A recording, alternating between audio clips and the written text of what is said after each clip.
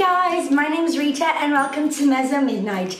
I am buzzing with excitement for this video because I am finally making my Bohemian Rhapsody ramble review. Why it's like my favorite movie of the year, 100% for sure. I have now watched this movie 4 times. I watched it last night for the 4th time and I will go see it again if anybody wants to go see it with me. And I've watched it with my mom, then with my mom in IMAX, and then with a friend of mine, and yesterday with 2 friends of mine. And I feel like every time you notice like different little details that you hadn't noticed the previous time. I adored this movie for so many different reasons that I'm gonna get into when the spoilers start, because this is gonna be spoilery. I love this movie because it rekindled my love for Queen that I've had for years. Rami Malek, because I've also watched like every interview under the radar that they've ever done for Bohemian Rhapsody. And Rami Malek mentions in one of them, like, we came in as fans and we left as fanatics.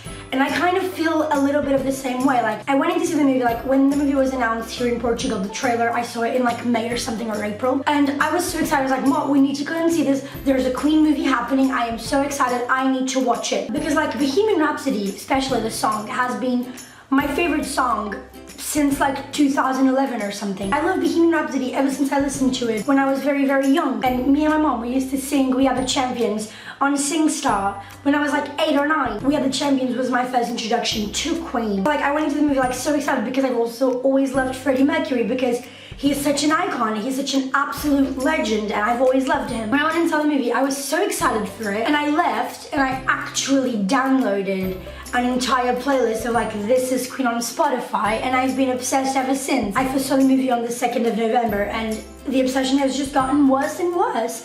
I literally don't listen to anything else, like anything else, ever since the 2nd of November. It's currently the 18th, yeah, the 18th of November. And I have this movie to thank for that, because even though I've always been a big fan of the music, I knew literally nothing about their story. I also like didn't even know their names really. I mean, I knew Roger because my mom has always been like obsessed with Roger. She's like, he's the best drummer of all time. And I kind of heard about Brian, but I didn't even know Dickie was a thing. So basically this movie like really not only taught me so much about this story because I knew nothing, and when I got home I actually went and researched more and realized that yeah, sure, the time periods that they show in the movie are kind of not really the ones that happen, but then again, it's a biopic, not a documentary. I did a lot of research about each of the members. For one of my subjects in university, I actually did a 27-page written essay about Queen, explaining all about their biographies and their albums, and I learned so much more doing that, and I have all of that. I've been talking for fucking 7 minutes, but all of that I have to thank this movie. This movie like really grabbed my love for Queen and amped it to like an out of proportion, ridiculous standard, and I am obsessed. And I am so grateful for this movie for that. Before going into spoilers, I want to mention the actors, who are fabulous. Each and every single one of the actors is absolutely incredible at portraying their characters. Joey Mazzello as Dickie is so creepy because they literally look the same. When I went and saw pictures after watching the movie, I was like, why does Joey Mazzello literally look like Dickie? It's so creepy. He's just fabulous as Dickie. After the movie, watching so many concerts and interviews, he really portrays Dickie so well, and I feel like it's awesome that he learned to play the bass. They all did learn how to play their instruments, and I think that's awesome. Ben Hardy as Roger, even though I don't think he looks the most like his real counterpart, but I think he did a wonderful job at portraying Roger's attitude towards the band and Roger's like edginess and coolness and all of that. And he's also really attractive. Like, Ben Hardy is so hot, I can't even. Willem Lee as Brian May is fabulous. Again, really creepy. They literally look like the same human being. And also he got the accent to a T. Like, it's so good. The wonderful Rami Malek as Freddie Mercury absolutely nailed it. I don't think they could have chosen anyone better than Rami Malek to portray Freddie Mercury. He did the part perfectly, and if he doesn't get an Oscar nomination for his portrayal of Freddie Mercury, I don't know who will, because it's literally one of the hardest personas or characters or people to interpret in a convincing way, because he was so unique and so spontaneous. Nothing about Freddie was choreographed. He just did it absolutely perfectly, and I couldn't be happier as a Queen fan and as a Freddie stan for a very long time, because I connect to Freddie so much, and that's why I love him, because I connect with him in every single area of his life. He's outrageous and he's eccentric and he sings beautifully and he has this deep passion for music. Doesn't let himself get outcast, but also doesn't let himself get put into a box. He really didn't like boxes, he didn't like formulas, he didn't like things that were routines and repetitions of the same thing over and over again. They even say in the movie, like, formulas are a complete waste of time, and I relate to that so much. You can't just keep remaking the same thing over and over again and accept different results. I'm gonna now actually get into the movie after speaking for 10 minutes as an introduction. I gave this movie, obviously, if you couldn't tell, an A++. I am so happy that the producer decided to make this movie and that Brian May and Roger decided to co-produce it to tell the realest story possible. And I'm so happy with the cast. I love this movie. It brings me so much joy. And every time I just regain the same emotions. I cried 4 times in each and every time I've watched it. It's ridiculous. I love this movie so much. I can't even cope. It just makes me really happy. So now I'm gonna get into the spoilery section. So if you have not watched it yet, please go and watch it. It's literally such a fabulous movie, and I feel like it should be watched by everybody. Even if you're not a Queen fan, maybe you will be a Queen fan after watching the movie. But please go and watch it, and now let's get into spoilers. Alright, so the movie opens up with Freddie lying down and waking up to get ready for the Live Aid performance. The movie actually kind of starts from the end to the beginning, which I find always so cool and interesting. I love that directing choice, it's really, really cool. I love that opening sequence with Somebody to Love. Every song in the movie, I was just like mouthing along to the lyrics because I just couldn't sit still, and actually that's something that I found really, really bizarre, was that everybody in the cinema, the 4 times I went and watched it, were just like, how do you watch a Queen movie like, don't you know the songs? Don't you feel like banging your head or like singing, not singing along, like lip syncing along, because of course you're not gonna sing along in the fucking theater. I just love that opening sequence because I love Somebody to Love. It's one of my favorite songs by Queen. I just love that it's the opening sequence to the movie. In that opening sequence, you already know that Rami Malek is gonna kill it as Freddie because he already has all of the mannerisms and all of the way he walked, and oh, I love Rami Malek, can you tell? And then after the shot in which they enter the stage and you see all of the 70-something thousand people that were at Wembley, the movie throws it back to 1970. Freddie is working at Heathrow Airport and you see a little bit of his family dynamic when he gets home. You know that you learn that his name is Farouk Bulsara, and then you see him going out and that he doesn't have the best relationship with his father because his father wants him to be a good Indian Parsi boy, and he's not. You know, he doesn't have good thoughts, good words, good deeds. And then he goes out to this kind of little pub or something, and he sees Smile performing, the band of Roger Taylor, Brian May, and Tim Stafford, the bassist and singer, with the song Doing Alright. Oh, that song is so good actually. And then at the end of the show, you see Tim saying to Roger and Brian that he is going to join Humpy Bong and that he no longer wants to be part of Smile because Smile isn't going anywhere. And then Freddie sees Mary Austin and he finds her really pretty and he's like, I like your coat. And she tells him that it's from Bieber where she works. And then he goes to the back and he sees Roger and Brian and they start talking and they're like, yeah, we just lost our vocalist, thanks for enjoying the show, but we're not performing anymore because we no longer have our vocalist. And he's like, then you'll need a new one. And they're like, anyone in mind? And he's like, me. And then Roger, sneaky Roger, makes a snarky comment about his teeth, and then Freddie just literally starts singing in the middle of the street super well, and they harmonize at the end with the Doing Alright. I love that scene so much because one of my favorite things about Queen is harmonizing, and I love that they showed that in the movie. Even though that wasn't literally what happened in real life, I just love that moment in the movie. He goes to Biba, where Mary works, and sees her there, and this is one of my favorite scenes because I so wholeheartedly agree with it. He's like, I like these pants, do you think they have them in my size? And Mary's like, this is the ladies section, so I don't know. And he was like, oh, there wasn't a sign or anything. And she's like, I don't really think it should matter, do you? And I love this scene so much because I've been preaching this for years. I don't think there should be a woman and men section in stores because, like, who cares? Literally, like, at this point, who cares? And then the scene in the changing room when Mary comes in and puts him like a scarf and he's like all fabulous with that coat and she puts him like a little bit of eyeliner. I love that scene. Then later they go to the same pub and Freddie performs with Smile for the first time and John Dickey also performs with Smile for the first time, and it's so cute. Even though there was a scene cut in which they meet John Deacon and actually like interview him from the band or something like that, but that didn't make its way into the movie. They have the first concert singing Keep Yourself Alive, one of my favorite songs from their first album, Queen. I adore that song. It's probably my favorite song from the first album.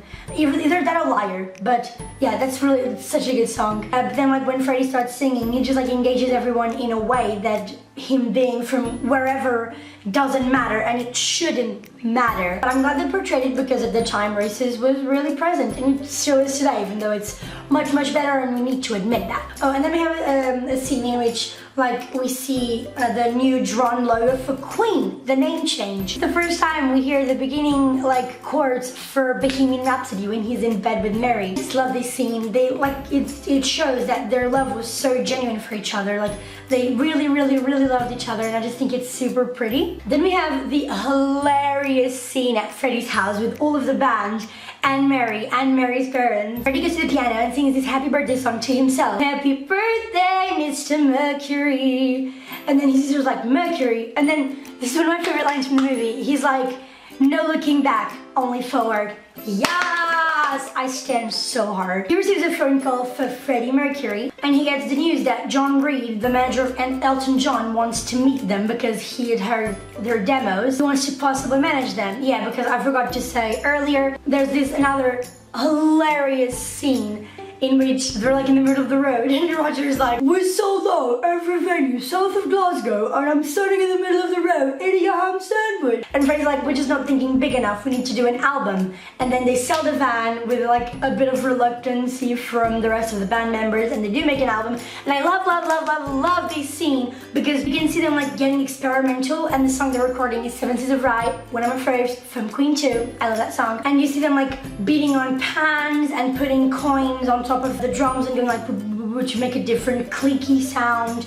There's just like so much going on. That is so cool. I love that scene. I love the scene in which like they actually show how they recorded the songs. This guy enters in that scene and he's like, oh, give me some of their demos, and apparently he gave them to John Reid. And then next scene, they meet John Reid. One of my favorite costumes that Rami wears in the movie, that awesome white coat with sparkles and blue shirt. It's cool, and there's glasses. Like, I want that outfit, please, thank you. And he's like, Brian's like, you look like an angry lizard. And then Dickie's like, can I borrow it for Sunday church? Oh, I love that scene. And then John Reid comes in and he's like, really liked your demos. Maybe we can like get you on the radio and then maybe get you on Top of the Pops. And Freddie's like, and then, and he's like, and then it's like the biggest program of the country. No one has ever even heard of you. But if it goes well and if it happens, I have a promotional tour of Japan. And Freddie's like, we want more. And he's like, every band wants more. And then Dickie's like, every band is not Queen. I'm like, yes. And then John asks him like, what makes you different from all of the other wannabe rock stars? And Freddie literally replies with my favorite quotes from the movie, probably my favorite quote from the movie, in which he's like, we're four misfits who don't belong together, playing to the other misfits, the outcasts right at the back of the room, who are pretty sure they don't belong either. We belong to them. I adore this quote so much because it's literally true. And then Brian's like, we're a family, and that's exactly it. That is what makes Queen unique, because they are all so different from each other and they make music together to the other misfits who don't really belong to anyone either. I love this quote. It's so cute. Then we see their Killer Queen performance live on BBC, and it's so funny, like Roger's like, this is shit. And then they're like, yeah, it's gonna be like a playback performance. And they're like, we know how to play a bloody instrument. Perform Killer Queen, I stand so hard. I love Killer Queen, one of my faves, stand that song so hard. And then you have this adorable scene in which Mary's like, what was it like to perform for that many people? And Freddie's like, when I know I got them, and I know that really listening, I couldn't sing off key if I tried. Such a good scene. And then he's like, the only other time I feel like this is when I'm with you. Oh my god. And then he proposes to her and she says yes, and then the band just like storms in. The albums hit the charts. In America, we're going on tour. In America! Whilst on tour in America, we see loads of venues with fat bottom girls, you make the rockin' world go round. Another one that I absolutely adore. And you see these odd like phone calls home in which Freddie talks to Mary, and you see this one scene and you see a guy coming out from a van and entering the men's bathroom. It's like this is a very significant scene in which Freddie like looking at him and looking at the bathroom and is like starting to question his sexuality, and they have a big shot on like men. Like that was actually kind of hilarious. When they return home, there's this amazing scene at EMI. Freddie starts playing opera, and Ray Foster, the like producer, was like, you know, no one actually likes opera. That was actually really funny. And Freddie was like, no, don't be mistaken, it's gonna be a rock and roll record, but with the like magnitude of opera. And then Roger's like, there's no musical ghetto you can contain us. No one knows what Queen means because it doesn't mean one thing, and that's what Dickie says. I absolutely adore that scene because it's literally the truth. Freddie starts writing Love of My Life on the piano, and I love Love of My Life, it's such a good song. And then we have the first gay kiss stand with Paul Printer, even though I fucking hate Paul Printer. That was a really cute scene actually. And then it's like, oh no, don't mistake things, darling. Mary is the love of my life and no one knows me like her. And then he's like, I know you, Freddie Mercury. And he's like, oh, you think you know me? No, you don't know me. You just see what you want to see. That is so true. We see him like writing Bohemian Rhapsody. And then we jump to like probably one of the most hilarious scenes in the whole movie. Roger, Brian, and Dickie are in the kitchen and they're like, I'm in love with my car, Roger. I just don't think it's strong enough. And he's like, I put my heart and soul into the song. And like, we're not saying anything against that. Maybe it's just not strong enough to be a single. And then he's like, you're only saying that because you want your songs on the album. Brian's like, with my hand on your grease gun. It's a metaphor, Brian. It's just a bit weird, Roger. What exactly are you doing with that car? And then Freddie storms in. Why are you like all fighting? We could all murder each other, but then who would be left? Finish the album. And then they start explaining him. And he's like, Roger, there is only room in this band for one hysterical queen. And I love that sentence. That's literally me in any group of friends I have. I'm the hysterical queen, no one else. Roger throws like whatever he was cooking at Brian, and then he was like throwing the coffee machine, like, not the coffee machine. Love that scene so hard. And then we go into the recording process for Bohemian Rhapsody, in which like Brian is playing his guitar solo, and the best part, I feel like the part everyone who hasn't seen the movie has seen, when Roger records the Galileo parts. That is such a good scene. He's like, so Freddie, and he's like, higher. If I go any higher, only dogs will hear me. And he's like, higher. And then this is really cute scene when they're recording, and then it starts to and they all fall back, like just like a band having a good time, like being friends. That is such a cute scene. I don't know why I love that specific moment when they like fall back all together and they're like all laughing and like just having the purest of good times. I absolutely love that scene. And then they go and show the record to Ray Foster and he's like, ugh, I'm not sure this is the album you promised me. And they're like, it's better than the album we promised you. Love that. We love Confidence Queen. And he's like, 6 bloody minutes, it goes on forever. And then the best, probably one of the best quotes Freddie says in the movie, I picture your wife if you think 6 minutes is forever. Yes, yes, yes. The company doesn't want to release the song because it's too big, and the band is like, no, we're going with Bohemian Rhapsody. It doesn't matter, like, we know what we have, even if you don't. If it's not Bohemian Rhapsody, we're leaving. And he's like, we're going with, you're my best friend, it's my money. And they're like, you'll forever be known as the man who let Queen walk out. And I was like, yes, bitch, slay. They go to like a radio station, and Freddie was like good friends with the presenter, and he plays Bohemian Rhapsody and it becomes a smash hit. And then there's this awesome, cool scene in the movie. The critiques from various newspapers and various sources start appearing on screen. And they're like, this is shit, and I was like, this was great, and I was like, this is mediocre. You know, it's always gonna be like that. but what matters is that the song is an absolute smashing hit, propelling Queen to different proportions of success. Whilst he's on tour in America, you kind of realize that he started an affair with Paul Printer. When he returns home, there's this incredibly moving scene in which he's talking to Mary and he's showing her, I believe, the performance in Rio, the entire audience singing Love of My Life. I'm getting chills literally talking about it. It's like all of those people singing for you because you are the love of my life. They have this incredible conversation and Freddie tells her, like, I think I'm bisexual. And she's like, no, Freddie, you're gay. I don't think it's really correct to like tell someone what you believe their sexuality is. Like, if Freddie is telling you that he's bisexual, then he's bisexual. You don't have to be like, no, Freddie, you're gay.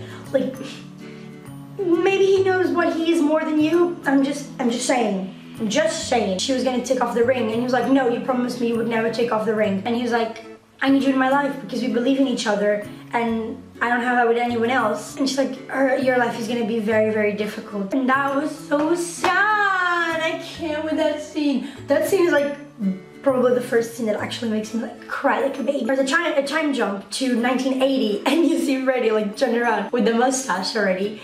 And he's like to Roger, so what do you think? And Roger's like, gayer? He has this huge party. At this party we can see that the band doesn't really like Freddie's relationship with Printer, and rightfully so, but Freddie obviously didn't realize it at the time. And then by the end of the party you see Freddie meeting Jim Hutton, and I love this scene and he's like, I love a man in uniform, and then Jim goes, me too. I can't. And they have a beer together and a really, really sweet, sad conversation. Freddie's like, they're not my friends, like they're just a distraction for the in-between moments. I find them intolerable. What do you do with your in-between moments? And Jim goes like, spend them with real friends. You look like you could use a friend. And then they kiss. And I'm like, and Freddie's like, I like you, Jim. And Jim's like, I like you too, Freddie. Come and find me when you've learned to love yourself. Yes! Yes! I stand that so hard. And then we see the performance of Rocky with Madison Square Garden. And then when they're backstage, you see Printer talking to John Reed, being like, I feel like Freddie's bigger than any band, maybe he could go solo. There's actually been an offer from CBS Records and I feel like you should tell him about it. That Mary has come to see Freddie and she's brought her boyfriend. Love that. And I love, like, Rami Malek's expression in this scene is so good. He's kind of hurt that she's found someone new, but at the same time he's happy for her in a way because he couldn't be with her anymore in a romantic manner. That's a kind of really bittersweet scene, honestly. Freddie, Reed, and Printer in the car, and Reed suggests him the thing like, oh, you know who sold like 4% of the record worldwide last year? Michael Jackson, or the Jackson 5, I think you could do better. And Reed's like, are you actually asking me to break up the band? And he's like super like upset, and he's like, get out of my car, you're fired, whatever. And then he's like, Paul, did you know anything about this? And he's like, I warned him against it. I hate you, stop lying to Freddie. Like, I just hate Paul Printer so much. I feel like a lot of Freddie's decay was due to fucking Paul Printer, and I hate him so much. I can't even cope. The next day, Freddie goes to the studio. They're like having a fight about changing a little bit about their sound. Freddie arrives and they're like, what do you mean you fired Reed without asking us? And he's like, I'm sorry, Diz, but it's done.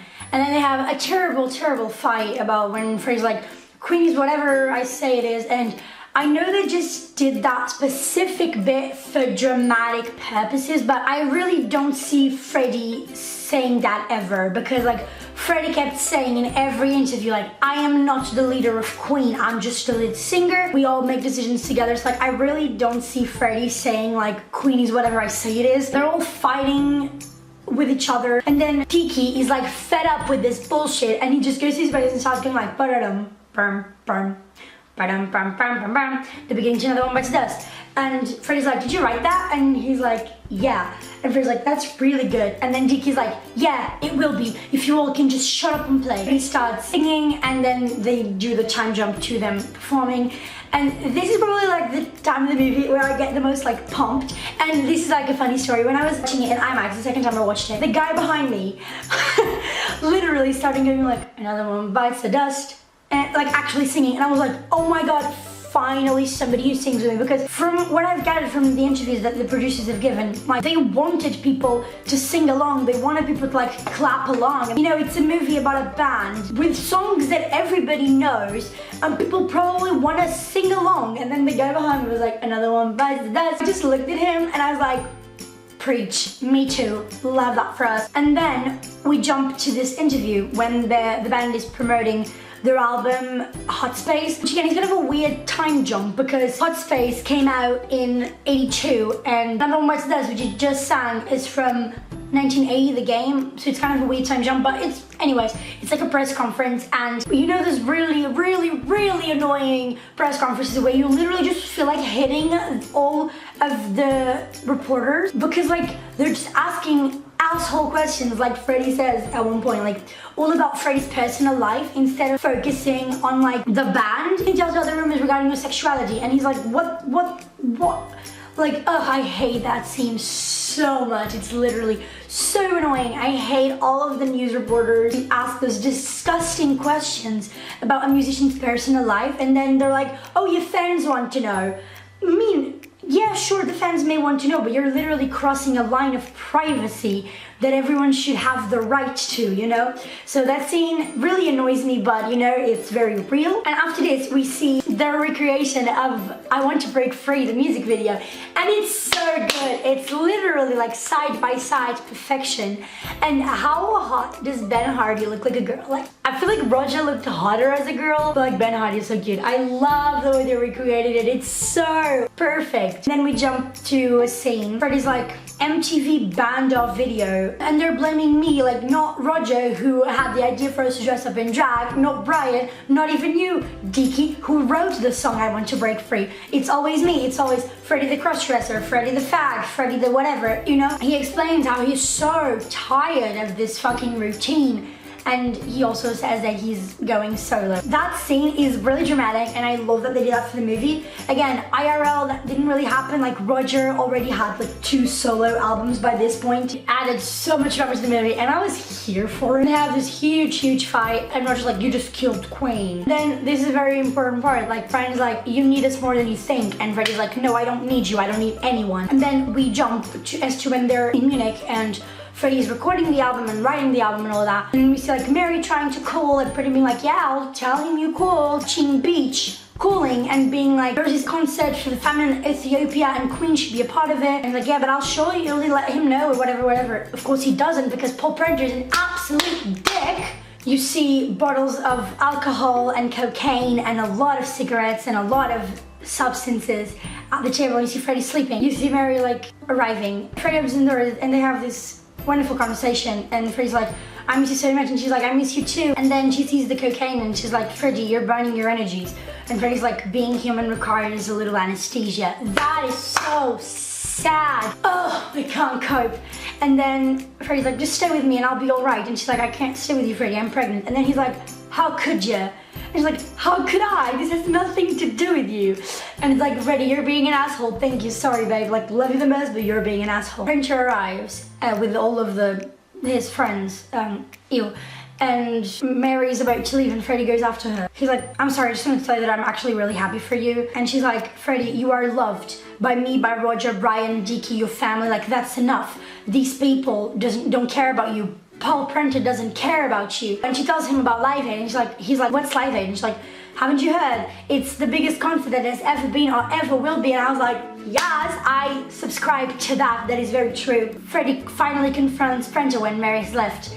And this is such a good scene. Oh my god, it's literally so beautiful. Why didn't you tell me about the Live Aid? And he's like, oh, the Africa concert is gonna be an embarrassment. I didn't want to distract you from your work. And he's like, no, you know what? You need to fuck off out of my life. And Prince's like, oh my god, I have pictures and videos of you like in gay bars and whatever. And he's like, do whatever you want with your pictures. Like, you know when a fruit has like gotten so rotten that there's nothing left to feast on anymore? Well, that has happened. So you can do whatever you want with your pictures and videos, as long as I never see your face again. And then he storms out and I'm like, yes, and Under Pressure starts playing and I was living for it. You see Freddie back at his house, calls Jim bitch or Miami bitch, telling him that he wants to reconnect with the rest of the members of Queen, and he's like, they're still really hurt, they don't want anything to do with you. And he's like, if you ask them, they will. And he's like, I can call. And then this scene is so fucking good. When Freddie arrives and he's like, where are they? And Jim goes like, they're late. And then they all arrive and they start talking and Freddie's like, I've been an absolute prick, a fucking asshole, whatever. And Roger's like, strong beginning. Ben Hardy's so hard in this and I can't even cope. He asks them to reform the band. And Brian's like, can you give us a moment? Dickie was like, why did you do that? And Brian, I just felt like it. Jim goes and talks to Freddie, and this scene is like really sad because we already seen him like coughing blood in Munich. And Jim's like, they'll come around, they just need a bit of time. And Freddie's like, what if I don't have time? That is so sad, I can't even cope. Again, timeline's a little different because Freddie only got diagnosed with AIDS in 87 and this was like 85. So Freddie comes back in and they're like, we have terms, like every song, no matter who wrote what, it's by Queen, not one of us. Royalties are split 4 ways, everything is split 4 ways because we're all 4 members. And Freddie's like, done. Regarding Live Aid, Jimmy's like, Bob Geldof can squeeze you in, but he needs an answer right now. So instead they're going in to Live Aid. The scene in which Freddie's at home and there's a TV playing and like, every day, junior men in San Francisco get the news, you have AIDS, there's no cure. And the next day, Freddie goes to the doctor to be diagnosed with AIDS. And then he sees this little kid, and the kid goes like, ew. And he's like, ew? That scene makes me so emotional every time. I can't. I literally cannot. That is absolutely devastating. And during the rehearsals for the Live Aid, the singing Hammer to Fall and Freddie is sounding terrible. Like, before you go, can I just make an announcement? And he tells them that he has AIDS. That moment is literally so sad. I just burst into tears every time. I can't even cope. And all of the castmates have said that that's the most emotional moment in the movie. Like, their tears were real tears. Like, I don't want to be their poster boy for AIDS. I don't want to be their cautionary tale. Like, I'm gonna be who who has always meant to be, a performer. This is gonna stay between us right now. He's like, if you like bore me with your sympathy, I'm like, no. Then he's like, even though you're all crying like 3 little girls, I still love you. This scene is literally so freaking sad, and it's so well acted because it just feels so damn real. I literally cannot. And then he's like, just give me time to get my bitch little vocal cords in order and we're gonna slay this performance. He doesn't say slay, but the equivalent to slay. And then we jump to the day of the Live Aid when Freddie goes and meets Jim Hutton. I think Jim was such a sweetheart, and I've done a little bit of research between the relationship of Freddie and Jim. There's these adorable pictures of them living together, and there's this interview in '95 of Jim talking about Freddie, and just like you can see that love was so genuine, so different from Paul Prenter. Like, Jim genuinely loved and cared about Freddie, and I'm sure Freddie obviously loved and cared for Jim as well. They had a 7-year-long relationship until the day Freddie died. They're just really cute. And then Freddie takes Jim to have tea with his family, and that's a really cute scene. And then there's this adorable part in that scene in which Freddie, her mom's like, oh, who's this? Do you like work together? And Freddie puts his hand on top of Jim's and he's like, he's my friend. And then it's like, yeah, Queen are playing in Live Aid. Thoughts, good words, good deeds, just like you told me, Papa. I literally have goosebumps. I can't. That scene is so good. And then his mother just embraces him and I can't. And then he's like, Mom, I'll blow you a kiss when I'm on stage. And then when they leave, I literally have goosebumps all over. When they leave, his father's like, Kasha, put on the telly. Oh, that's so sweet. Then they're getting ready to go in and perform. The way they filmed that scene is absolutely unbelievable. I've seen Queen's performance at Live Aid more times than what's healthy, probably. I absolutely adore that performance. People say that it has been categorized as the best rock and roll performance of all time. I wholeheartedly agree. I absolutely love and stand that performance so hard. The way they recreated it is absolutely unbelievable. They showed Bohemian Rhapsody, Radio Gaga, Hammer to Fall, and We Are the Champions. It was just fabulous. That energy. Seeing this in IMAX was absolutely unreal. I can't even cope. I was just like, this is like you're there. It's like the closest thing me being born in 2000 will ever have to the Live Aid performance, because I've seen it multiple times on my computer, but it's not the same as seeing it in a giant screen IMAX. I was like, all we hear is Radio Gaga. Oh, I love that song as well. Like, Radio Gaga is such a bob. I stand. Hammer to Fall is probably one of my favorite songs that they perform live. Bohemian Rhapsody, incredible. And they finish with We Are the Champions. That song is just, it's really special for me because it was my introduction to Queen. Like, every time I hear it, I'm just like, whoa, I love this. And in the big screen was just absolutely incredible. You kind of like stop hearing any sound, just the crowd going like, woo! And then walking out in slow-mo. And then Don't Stop Me Now starts playing. They show, first of all, they're like Freddie Mercury died in November 1991 due to AIDS complications, and they just talk about that he had a living relationship with Jim and was lifelong friends with Mary. Jim Beach and the rest of the members of Queen created the Mercury Phoenix Trust to help worldwide cases of AIDS and to spread awareness for the disease. And then they start showing the music video for Don't Stop Me Now. And after Don't Stop Me Now, they played The Show Must Go On, which is such a good song. And I'm so glad that they put it in the credits, Don't Stop Me Now and Show Must Go On, because it was lacking for the movie. Ending of the movie, I'm glad they didn't show like Freddie's death. I'm glad they stopped at Live Aid, they stopped at the peak. I'm really glad, because I don't think I would have been able to handle them showing Freddie's death. So I'm really glad they didn't. So yeah, all in all, I absolutely adored this movie. If you couldn't tell by this ginormous review, it was just such a fabulous movie that I feel like brings people together like Queen did. And I'm so glad that Brian and Roger liked the movie and are so happy with it and co-produced it, you know. I'm just really glad that they feel the actors did justice to them and to their deceased friend. I couldn't be happier. I'm also really glad that Kasha, Freddie's sister, saw the movie and also really loved it. And I feel like all Queen fans were happy with it. And I'm just really happy as well, because it introduced me to a marvelous story that I didn't know. I really feel like they did Freddie justice. I feel like Rami really captured his essence and all the different sides of Freddie Mercury, because we don't behave the same way like all time, all day, every day, you know. It's just a celebration of this incredible man and this incredible band, and I just couldn't be happier. Again, I give it an A++. I absolutely love it. It's definitely my favorite movie of the year. I just love it with all of my heart, and I feel like that's the best thing I can say about it. I really hope you enjoyed this giant video. If you actually watched it, I'm so impressed. Comment below your favorite Queen song, and I'll see you in the next video.